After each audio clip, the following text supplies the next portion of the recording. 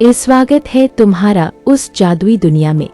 यह एल्वोरिया की वादियों की कहानी, जहाँ सुंदरता खुद में एक जादू थी और हर पंख में एक गीत बजता है। पर जब ईर्ष्या ने उसे छुआ तो रोशनी के रंग भी सायों में बदल गए। ये कहानी है गुलनार गर्माहट की रानी की और दुरेफिशा रंगों की परी की। अगर तुम्हें जादू, परियां और सपनों की दुनिया पसंद है तो इस चैनल को लाइक करो, सब्सक्राइब करो, जहां हर रंग की अपनी आत्मा है, और बेल आइकन दबाओ ताकि जब अगला जादू जागे तुम सबसे पहले उसे महसूस कर सको। भोर की पहली किरण जब आसमान को छूती है तो एल्वोरिया की घाटी इंद्रधनुषी धुंध में नहा उठती है। यह एक जादुई दुनिया थी जहां हर रंग की परियां रहती थीं। नीले पंखों वाली जल परी, सुनहरे फूलों से महकती धरती परी और बैंगनी धुएं में नाचती आकाश परी। पेड़ क्रिस्टल की शाखों से झूमते थे, नदियां सुनहरी रोशनी में चमकती थीं और हवा में जादू की मीठी गंध बहती थी। उन चमकदार बादलों के ऊपर छात पत्थर और कांच से बना एक महल खड़ा था, एल्वोरिया का महल, जहां परियां अपनी खुशियों के गीत गाती थीं। लेकिन इस रोशनी के राज्य में एक अंधेरा भी पल रहा था। उस अंधेरे में रहती थी गुलनार, लाल रंग की परी रानी। वह बेहद सुंदर थी, पर उसके भीतर एक ऐसी आग थी जो किसी और की सुंदरता देख नहीं सकती थी। उसे लगता था कि अगर हर सुंदर चीज का रंग उसके पास आ जाए तो वह सबसे खूबसूरत बनेगी। वह चाहती थी कि सारी परियों के पंख काटकर उनके रंग अपने में समा ले। गुलनार के पास उसका एक गुप्त कमरा था, जहां शीशों से भरी दीवारों में वह खुद को निहारा करती थी। हर शीशा उसके रूप का एक अलग रंग दिखाता था, पर वह किसी से संतुष्ट नहीं होती थी। एक रात उसने अपने सेवकों को आदेश दिया कि वे हर रंग की परियों को पकड़ लाए। उसकी सेना ने परियों को बांध लिया, उनके पंख काट लिए और उनके रंगों से दवाइयां बना डाली। गुलनार उन दवाइयों को अपने शरीर पर लगाती, जिससे उसका रूप और चमक उठता। समय बीतता गया और एल्वोरिया की घाटी से रंग गायब होने लगे। फूल मुरझा गए, नदियां फीकी पड़ गईं और आसमान धूसर हो गया। परियों के गीत मौन में बदल गए। गुलनार के लिए यह जीत थी, पर राज्य के लिए यह मृत्यु। वह अब भी संतुष्ट नहीं थी। उसने कहा, अभी एक रंग बाकी है, वह जो किसी ने कभी नहीं देखा। एक दिन जब आसमान बिल्कुल अंधकार में डूबा था, तभी एक हल्की सी किरण क्षितिज पर उभरी।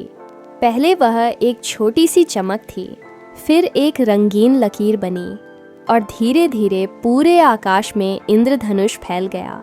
उस इंद्रधनुष के भीतर से उतरी दुरेफिशा, एक ऐसी परी जिसके पंखों में सातों रंग एक साथ झिलमिला रहे थे।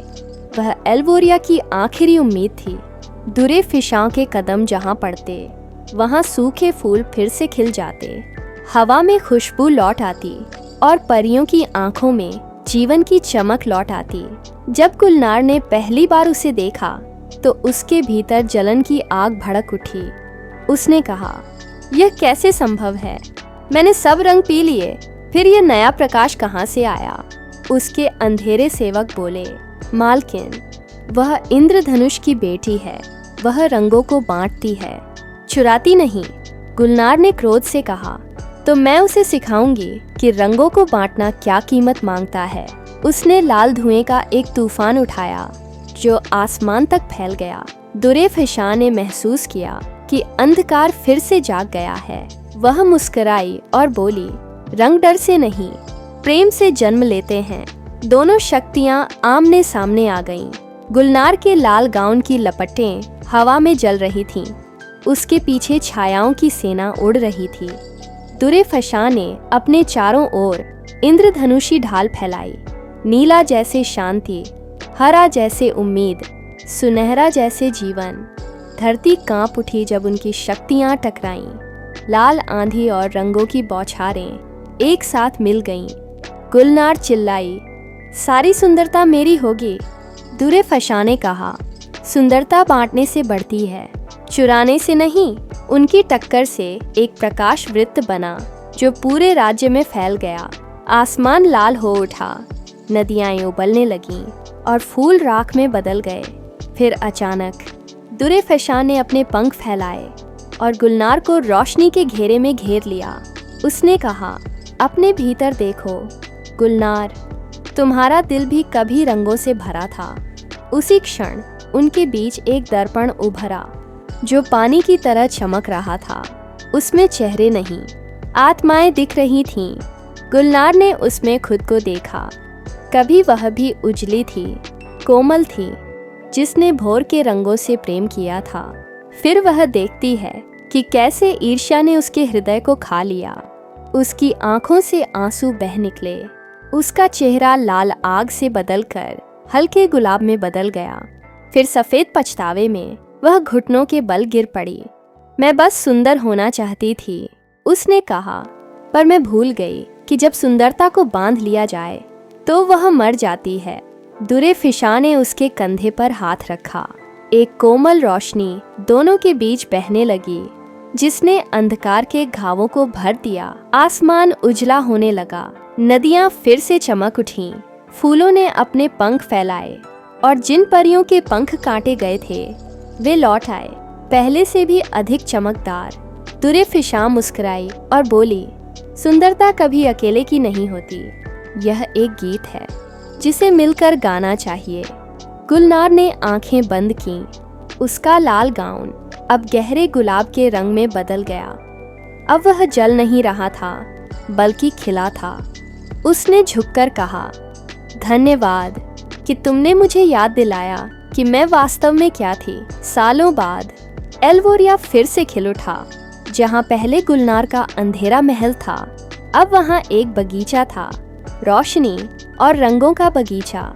उसके बीच 2 सिंहासन थे, एक गुलाबों से बना, दूसरा इंद्रधनुषी क्रिस्टल से।